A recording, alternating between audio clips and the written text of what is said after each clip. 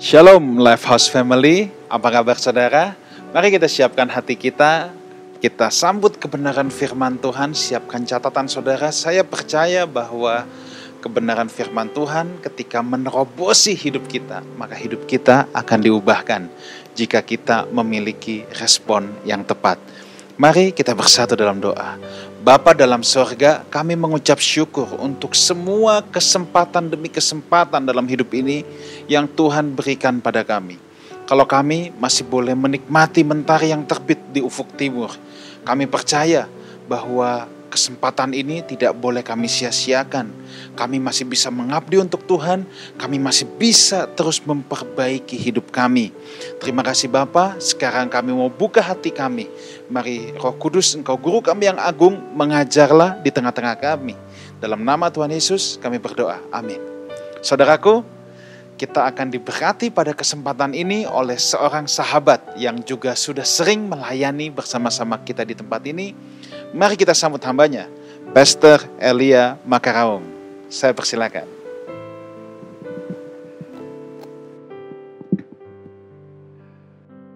Shalom Bapak Ibu Saudara, Jemaat Lifehouse yang saya kasih dalam Tuhan Yesus. Saya senang sekali bisa berjumpa lagi dengan Bapak Ibu Saudara dalam kesempatan ini.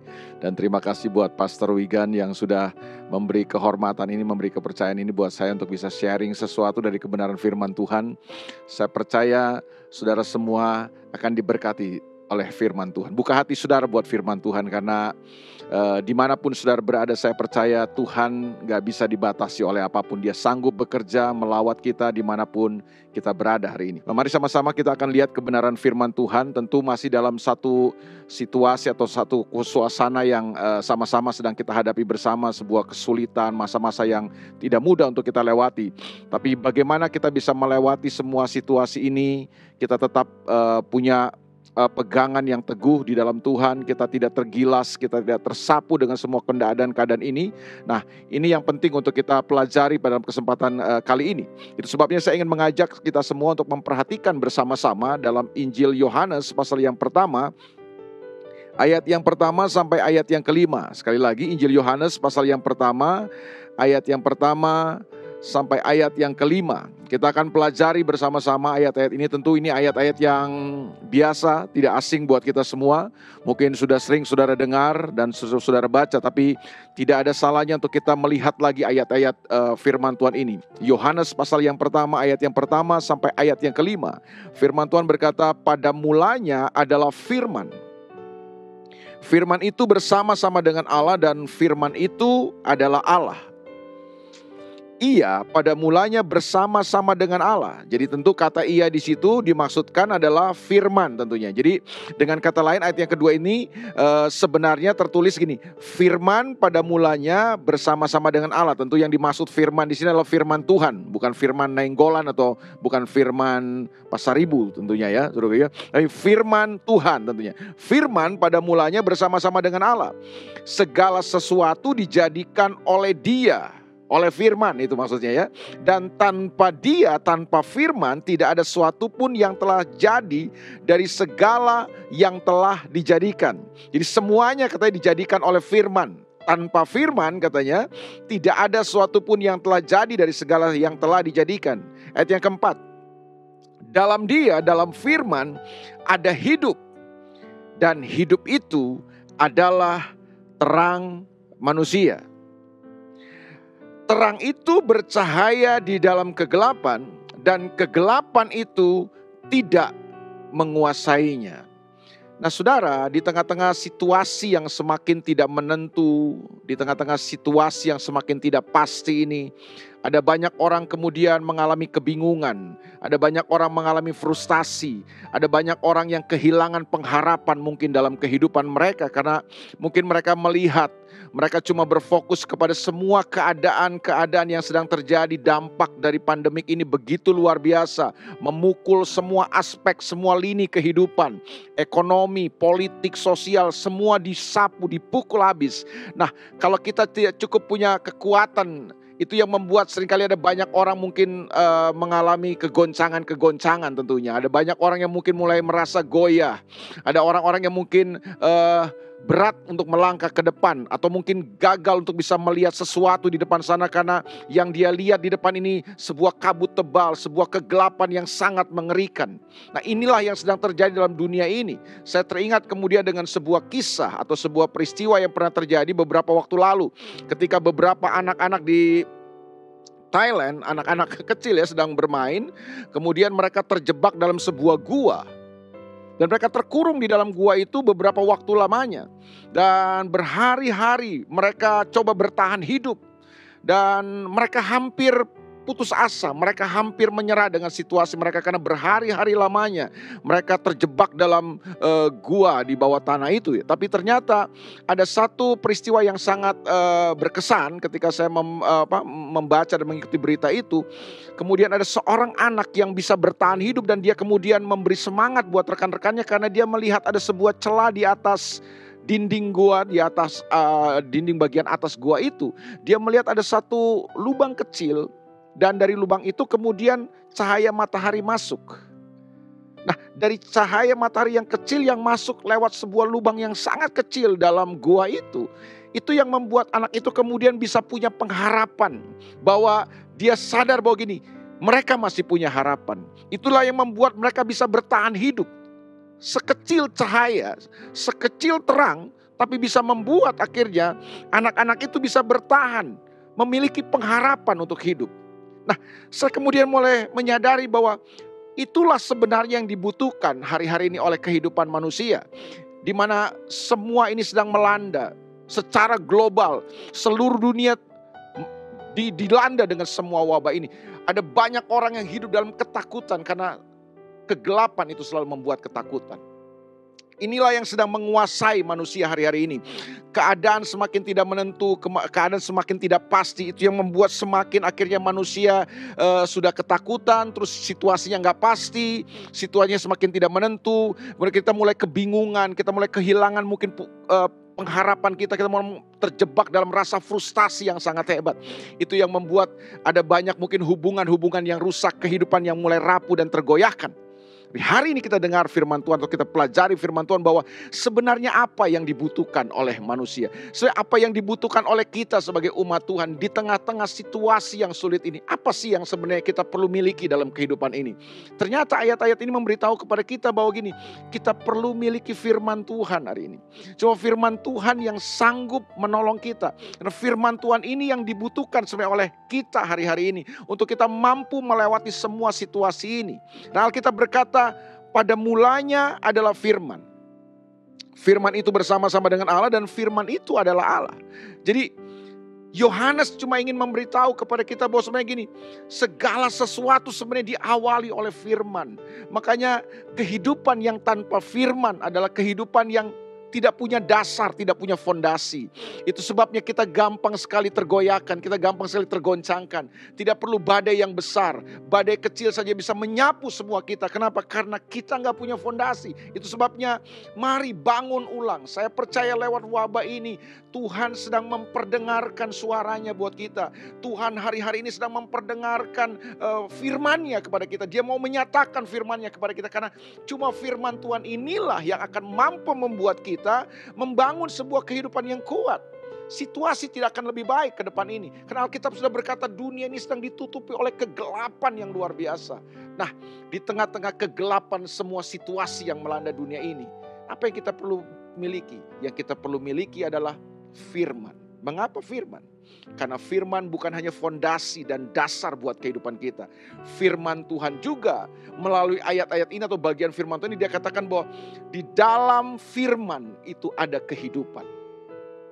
Itu sebabnya hari ini bagaimana supaya kita tetap memiliki gairah, kita tetap memiliki semangat untuk menjalani kehidupan ini. Dalam firman ada hidup dan hidup itu adalah terang manusia. Di tengah kegelapan manusia tidak punya pengharapan. Kegelapan merampas semua pengharapan yang kita miliki. Itu sampai banyak orang mungkin udah gak bisa lihat lagi masa depan. Mereka tidak lagi bisa melihat harapan di depan sana. Karena semuanya ditutupi oleh kegelapan. Mungkin secara ekonomi, saudara kehilangan pekerjaan saudara kehilangan orang-orang yang saudara cintai, saudara mungkin kehilangan tempat orang-orang yang selama ini saudara bergantung kepadanya. Semuanya mungkin tersapu hari ini, saudara kehilangan banyak hal. Itu yang membuat saudara tidak bisa melihat ke depan karena semuanya gelap. Kegelapan membunuh pengharapan kita. Tapi ada kabar baik buat saudara. Yang saudara butuhkan di tengah situasi yang gelap ini adalah firman Tuhan. Karena firmanlah yang akan memberikan saudara pengharapan. Sama seperti anak-anak yang terkurung tadi dalam goa yang gelap itu. Mereka tidak bisa melihat apa-apa. Mereka tidak bisa melihat di luar sana apa yang terjadi. Tetapi ketika ada seorang anak yang bisa melihat cahaya terang. Kecil sekali. Disitulah bangkit pengharapan mereka. Saya percaya waktu saudara memiliki firman Tuhan. Waktu saudara hidup saudara terbuka kepada firman Tuhan. Dan saya yakin hari-hari ini Tuhan sedang menyatakan firman-Nya dengan luar biasa. Buat setiap pribadi. Bukan hanya setiap komunitas, setiap gereja. Saya percaya Tuhan menyatakan firman-Nya secara pribadi kepada setiap kita. Nah hari ini dengarkan firman Tuhan. Terbukalah terhadap firman Tuhan. Ambil firman Tuhan. Peluk erat firman Tuhan. Ciumi firman Tuhan dalam kehidupan saudara. Karena firman Tuhan inilah yang akan menjadi modal kekuatan buat kita hadapi semuanya. Ketakutan hanya akan melumpuhkan semua potensi kehidupan kita. Itu yang membuat akhirnya kita tidak berbuat apa-apa. Ketakutan akan melumpuhkan semua yang kita miliki. Tapi dengar hari ini, kalau saudara punya firman, saudara punya terang. Saudara punya terang, saudara punya pengharapan. Saudara punya pengharapan, saudara punya kekuatan untuk menjalani kehidupan ini. Bahkan di ayat yang kelima dia katakan ini, terang itu bercahaya di dalam kegelapan. Dan kegelapan itu tidak menguasainya. Saya suka dengan ayat 5 ini. Kenapa? Karena ayat ini memberitahu kepada kita bahwa gini, apa yang bisa membuat kita berjalan dalam kemenangan, apa yang bisa membuat kita bisa mengatasi semua situasi yang paling gelap sekalipun dalam kehidupan kita. Firman jawabannya. Dia katakan gini, terang itu bercahaya dalam kegelapan. Karena tidak ada sejarahnya terang dikalahkan oleh kegelapan. Yang ada adalah terang yang akan mengalahkan kegelapan. Sekecil apapun terang itu powerful. Dia pasti akan mengalahkan kegelapan. Dan terang itu adalah firman. Berarti gini, waktu saudara miliki firman dalam hidup saudara, waktu saudara embrace firman Tuhan dalam kehidupan saudara, saudara punya terang. Waktu saudara punya terang, saudara bisa mengalahkan situasi yang paling gelap sekalipun. Why? Kalau saudara gak punya terang, gak punya firman Tuhan, saudara gak peluk firman Tuhan dalam hidup saudara, saudara akan hidup terus dalam kegelapan. Dan kegelapan situasi akan terus membuat saudara takut. Saudara akan dicengkram dengan ketakutan. Saudara nggak akan melihat apa-apa dalam kehidupan saudara. Saudara akan kehilangan pengharapan itu akan melumpuhkan semuanya. Sehingga kita kehilangan semangat dan kekuatan untuk menghadapi hidup ini. Hari ini miliki firman. Bergaulah dengan firman. Terbukalah terhadap firman Tuhan. Embrace firman Tuhan dalam hidup saudara. Saudara kemudian gini, saudara punya terang dalam kehidupan. Dan terang akan mengalahkan kegelapan. Saya percaya tidak ada situasi yang paling gelap sekalipun yang mampu mengalahkan kita kalau kita berjalan dengan terang firman Tuhan.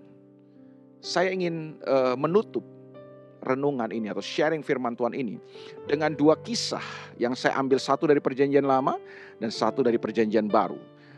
Kisah yang pertama dalam Perjanjian Lama itu terdapat dalam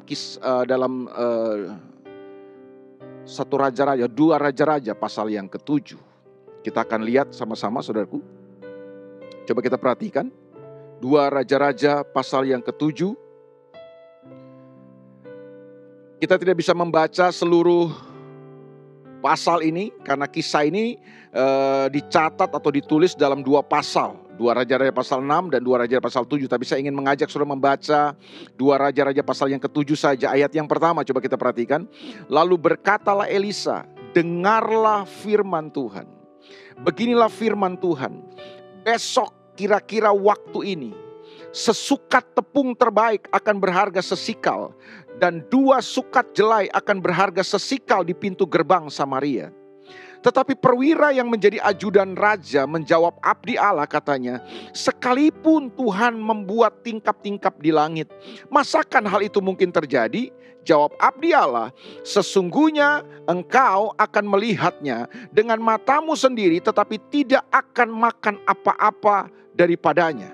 Sampai di situ pembacaan kita. Nanti sudah bisa baca kisah ini seterusnya. Menarik sekali kisah ini. Kisah yang dicatat dalam 2 Raja pasal yang ke-6 ayat yang ke-7 ketika kerajaan Aram mengepung kota Samaria. Samaria merupakan ibu kota kerajaan Israel pada masa itu. Kita sama-sama tahu kerajaan Israel terpecah ketika Salomo wafat. Kerajaan Israel kemudian terpecah menjadi 2 bagian. Kerajaan Israel dan kerajaan Yehuda. Kerajaan utara dan kerajaan selatan. Nah, ini kisah pada kerajaan utara atau kerajaan Israel. Nah, dikepung oleh kerajaan Aram. Ibu kotanya dikepung, Samaria dikepung. Dan pada zaman itu ketika sebuah kerajaan akan menaklukkan kerajaan yang lain, maka biasanya mereka mengadakan pengepungan. Semua suplai bahan makanan ditutup, sumber air yang masuk ke dalam kota Samaria ditutup.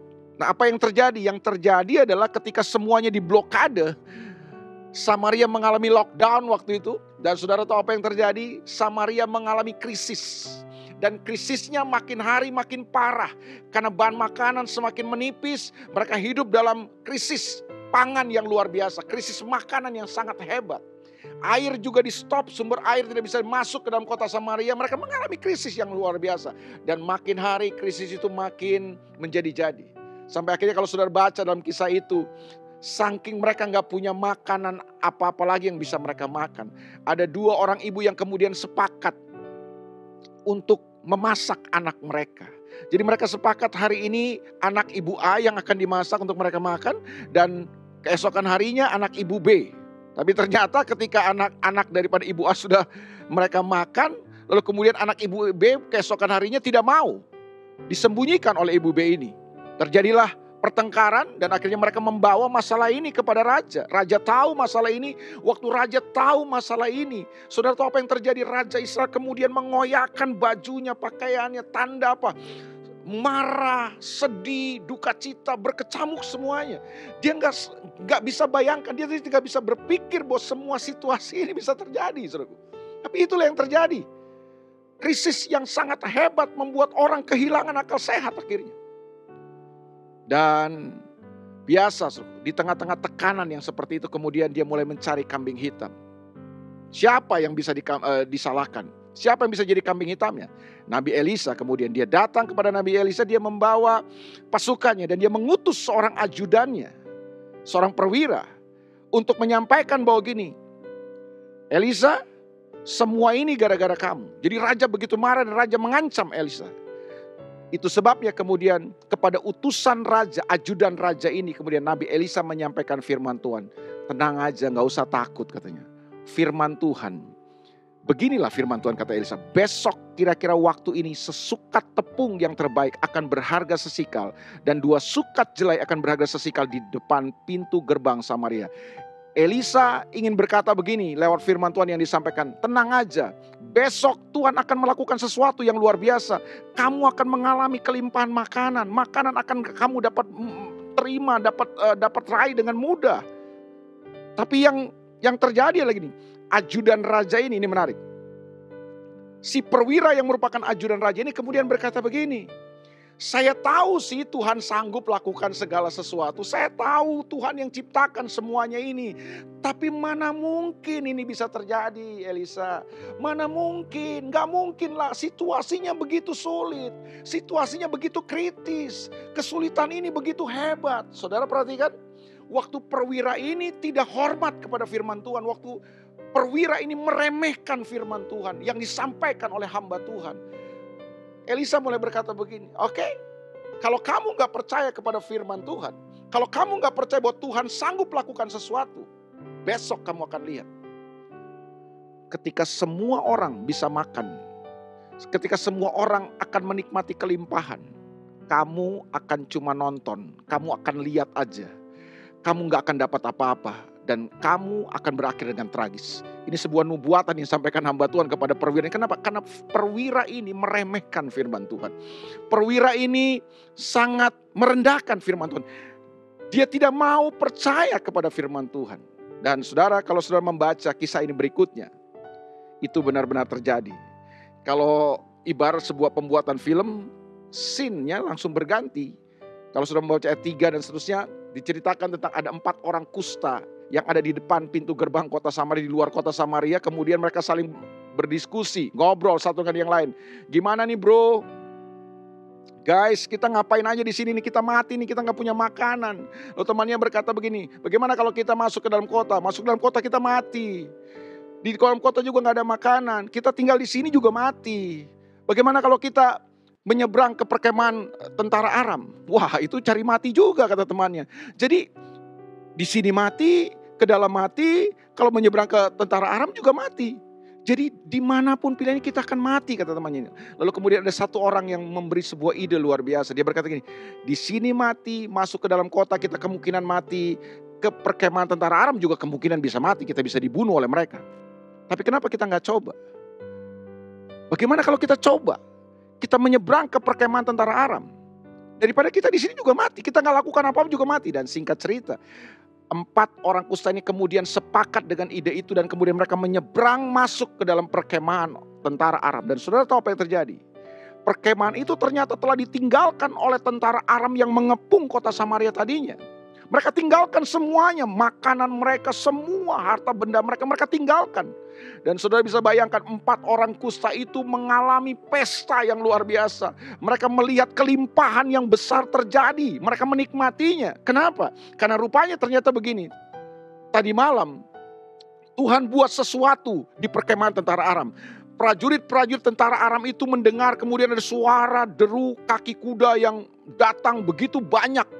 Dan mereka pikir kerajaan Israel telah meminta pertolongan ke negeri yang lain, ke tentara yang lain, atau negara yang lain, bangsa yang lain untuk menyerang mereka. Saking ketakutannya kemudian tentara Aram itu pergi meninggalkan kemah mereka, tenda mereka, dan mereka lari kabur untuk menyelamatkan diri mereka. Saudara lihat, Tuhan sanggup buat sesuatu yang luar biasa. Nah, ketika 4 orang kusta ini kemudian menikmati makanan itu, ada salah satu dari orang kusta itu berkata gini, "Hei kawan, apa yang kita lakukan ini gak bagus. Kita bisa makan, kita bisa nikmati pesta hari ini. Sementara saudara-saudara kita di dalam kota, mereka hampir mati kelaparan, mereka gak punya makanan. Bagaimana kalau kita masuk ke kota itu dan kasih tahu kepada mereka bahwa di sini ada makanan yang begitu banyak." Akhirnya 4 orang kusta ini sepakat untuk mereka pergi ke kota Samaria dan memberitahu kepada orang-orang Samaria bahwa di sini ada makanan yang berlimpah. Dan saudara, waktu mereka kerjakan itu, dan ketika seluruh rakyat kota Samaria diberitahu ada makanan yang berlimpah di perkemahan orang Arab, pintu gerbang didobrak saudaraku, dan mereka langsung berbondong-bondong keluar menuju perkemahan tentara Arab untuk menikmati makanan, untuk mengambil makanan. Dan saudara masih ingat perwira dan ajudan raja itu? Dia tepat berdiri di pintu gerbang. Dia melongo. Dia menyaksikan semua orang keluar untuk menikmati makanan. Dia bingung dengan apa yang terjadi. Ingat nubuat yang disampaikan oleh Nabi Elisa. Besok kamu akan lihat dengan matamu sendiri. Ada kelimpahan yang terjadi tapi kamu akan menikmati, kamu cuma nonton. Dan kamu akan berakhir tragis. Dan betul saudara. Perwira ini kemudian cuma menyaksikan orang-orang pergi keluar, mengambil makanan dan menikmati makanan. Sementara orang-orang berbondong-bondong keluar. Dia terinjak-injak karena dia berdiri di depan pintu gerbang. Dia terinjak-injak oleh rakyat yang selama beberapa waktu lamanya gak makan itu. Kemudian mereka tahu ada makan, mereka langsung spontan lari. Dan perwira ini diinjak-injak di depan pintu gerbang kota Samaria. Saudara, apa pelajaran penting yang kita bisa tarik dari kisah ini? Kisah ini cuma ingin memberitahu kepada kita bahwa jangan pernah meremehkan firman Tuhan. Oh, firman Tuhan punya kuasa yang sangat dahsyat. Langit bumi akan lenyap, tapi firman Tuhan tetap tinggal kekal. Kalau saudara pegang firman Tuhan, saudara miliki firman Tuhan, saudara berjalan dengan firman Tuhan, saudara mempercayai firman Tuhan, apa yang tidak mungkin buat saudara akan menjadi mungkin buat saudara. Apa yang mustahil buat saudara akan menjadi tidak mustahil karena firman Tuhan hidup dan berkuasa. Firman Tuhan punya kuasa untuk menjadikan segala sesuatu. Sementara perwira ini meremehkan firman. Dia memakai akal sendiri, memakai pikirannya, memakai pengetahuannya. Dia berkata gini, Tuhan, aku tahu Tuhan itu dahsyat sih, tapi mana mungkin, situasinya begitu sulit. Nah, mana mungkin itu yang susah. Dan kita selalu bilang mana mungkin. Nggak mungkin, tapi firman Tuhan selalu mungkin. Kisah yang terakhir, kisah yang kedua dalam perjanjian baru adalah ketika Simon yang akhirnya menjadi Petrus. Sepanjang malam dia sudah menangkap ikan bersama dengan teman-temannya. Semua teori menangkap ikan, semua ilmu menangkap ikan sudah dia gunakan. Tapi Alkitab bilang sepanjang malam itu dia tangkap ikan, tidak ada hasilnya. Dia pulang dengan sebuah kegagalan. Mungkin dia tertunduk malu. Kenapa? Karena mungkin di tepi pantai itu iu-iu tukang ikan udah nunggu untuk menjual hasil tangkapan mereka. Tapi akhirnya gini, mereka kecewa karena Simon dan teman-temannya tidak pulang bawa ikan. Tidak ada hasil yang mereka dapatkan, alias mereka gagal total, nihil, kosong. Jangankan ikan cakalang, ikan teri aja mereka nggak dapat. Jadi mereka begitu luar biasa keadaan mereka malu, mereka merasa gagal dan sebagainya. Tapi untung di tepi pantai danau itu kemudian ada Yesus yang berdiri sana. Dan ketika Yesus melihat situasi dan keadaan itu, dia berkata kepada Simon, Simon, tolakkan perahumu ke tempat yang agak dalam dan tebarkan jalamu. Kamu akan menangkap ikan. Simon bilang begini sama Yesus, Guru, telah sepanjang malam kami melakukannya. Semua cara, semua teori kami sudah lakukan.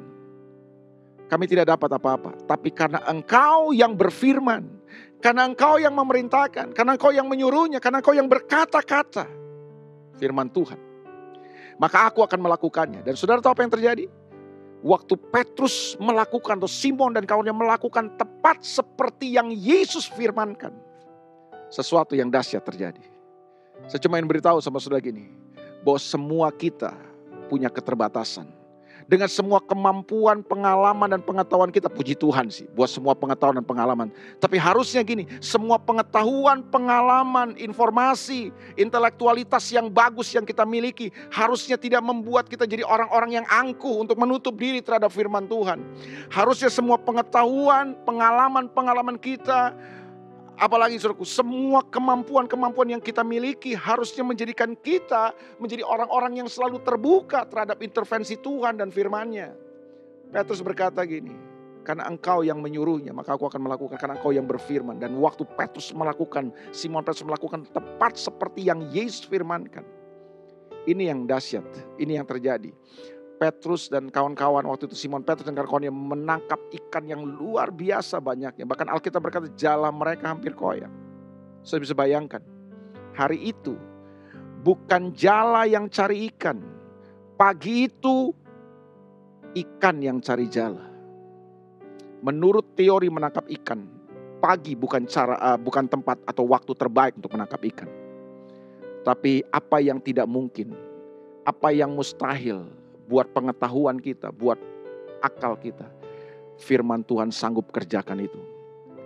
Saya cuma mau beritahu kepada saudara hari ini, mari embrace firman Tuhan. Peluk firman Tuhan dalam kehidupan saudara.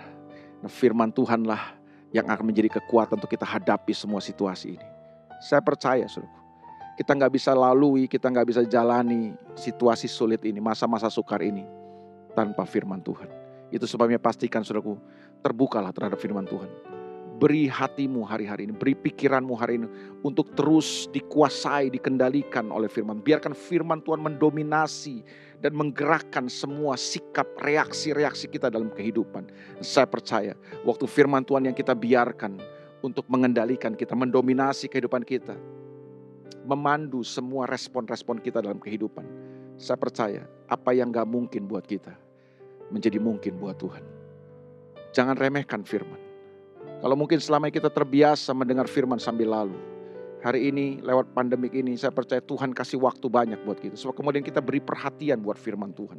Kita boleh belajar menghormati firman Tuhan. Kita belajar mulai mendengar firman Tuhan dengan sungguh-sungguh hari ini. Tuhan ingin melimpahkan pewahyuannya buat kita. Dia ingin menyatakan hatinya, dia ingin menyatakan kehendaknya, dia ingin menyatakan hikmatnya, dia ingin menyatakan jalan-jalannya lewat firman Tuhan yang dia sampaikan. Nah, itu sebabnya hari ini terbukalah terhadap firman Tuhan. Jangan seperti jadi seorang perwira, ajudan raja, yang akhirnya gini, gak lihat apa-apa, gak ngalami apa, justru ngalami hal yang tragis karena dia meremehkan firman. Biarlah hari ini saudara menjadi orang-orang, pribadi-pribadi yang menghormati firman Tuhan, yang mau terbuka terhadap firman Tuhan, yang mau memeluk firman Tuhan hari ini dalam kehidupan saudara. Kemudian firman yang hidup dan berkuasa itu, firman Tuhan yang adalah terang manusia itu, sanggup menerangi jiwa kita, sanggup menerangi hati kita, sanggup menerangi kehidupan kita, menerangi pikiran kita.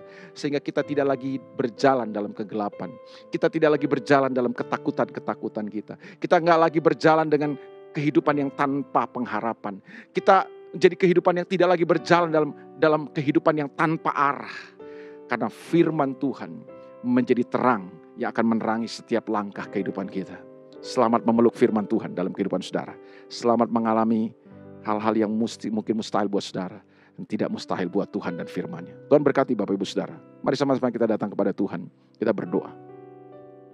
Bapa, dalam nama Yesus, kami datang kepadamu Tuhan. Tuhan tahu bahwa kami sedang ada dalam satu situasi yang sangat krusial, sangat kritis hari-hari ini. Kami sedang melewati satu masa yang sukar. Tapi kami tetap meyakini bahwa rancangan-Mu buat kami bukan pecundang. Rancangan-Mu buat kami bukan rancangan kecelakaan. Kami percaya lewati semua situasi sulit ini, rancangan-Mu buat kami adalah rancangan kemenangan. Untuk menjadikan kami umat-umat pemenang, bahkan lebih daripada pemenang. Kami akan seberangi semua situasi ini. Kami akan lewati, kami akan jalani semua masa sukar ini dengan firman-Mu Tuhan, bersama firman-Mu. Ampuni kami Tuhan, kalau selama ini mungkin kami meremehkan firman-Mu. Mungkin kami sambil lalu Tuhan, kami dengar firman-Mu, tapi kami gak pernah menjadikan firman-Mu sesuatu yang paling dominan dalam kehidupan kami. Tuhan ampuni kami. Kalau mungkin selama ini kami berjalan dan bergerak dengan pengetahuan, dengan pengalaman kami, dengan intelektualitas kami. Ya ternyata gini Tuhan, kami terbatas. Kami bisa gagal. Tapi firman-Mu tidak mungkin gagal. Itu sebabnya hari ini Tuhan kami datang kepadamu. Biarlah Tuhan nyatakan firman-Mu terus buat kami. Bicara buat kami terus Tuhan. Tuntun kami dengan firman-Mu. Supaya kami tidak berjalan dalam kegelapan. Kami tidak berjalan dalam kehidupan yang tanpa arah dan tanpa pengharapan. Biarlah hari ini firman-Mu menerangi kehidupan kami. Dan memberi jalan buat kami semua. Terima kasih Bapa, berkati umat-Mu dimanapun mereka berada hari ini. 1-2 umat-Mu sedang mengalami hal-hal yang sulit. Mereka menghadapi situasi yang paling gelap dalam hidup mereka. Tuhan, hari ini Kau hadir buat mereka. Lawat mereka dengan terang firman-Mu. Terima kasih Bapa. Terima kasih Tuhan. Kami bersyukur karena kami punya Tuhan yang tetap menyatakan firman-Mu buat kami. Karena firman-Mu adalah kehidupan buat kami semua. Firman-Mu adalah fondasi yang paling kuat buat kehidupan kami semua. Terima kasih Bapa. Meteraikan firman-Mu, tanamkan dalam firman-Mu. Hamba-Mu terbatas, tapi biar Roh Kudus terus menyatakan dan berbicara buat kami semua. Supaya kami mengerti apa yang menjadi kehendak-Mu buat kehidupan kami semua. Terima kasih Bapa. Mari Bapak Ibu Saudara yang kekasih dalam Tuhan Yesus. Kau telah menerima firman-Nya. Hidup dan berjalanlah di dalamnya. Raih setiap kemenangan bersama dengan janjinya yang dahsyat buat hidupmu. Tuhan akan mengangkat kau naik dan bukannya turun. Menjadikan kau kepala dan bukannya ekor. Apa saja yang kau kerjakan dibuatnya berhasil. Bila engkau terus berjalan dalam firman dan kehendak-Nya. Anugerah, rahmat, damai sejahtera dari Bapa dalam sorga, kasih yang sempurna dari Tuhan Yesus Kristus, pimpinan, penyertaan dan kekuatan Roh Kudus yang manis terus memberkati engkau, menyertai engkau, menguatkan engkau mulai dari sekarang ini sampai selama-lamanya. Dalam nama Tuhan Yesus kami berdoa dan mengucap syukur. Mari semua yang percaya sama-sama katakan amin. God bless you. Tuhan berkati saudara.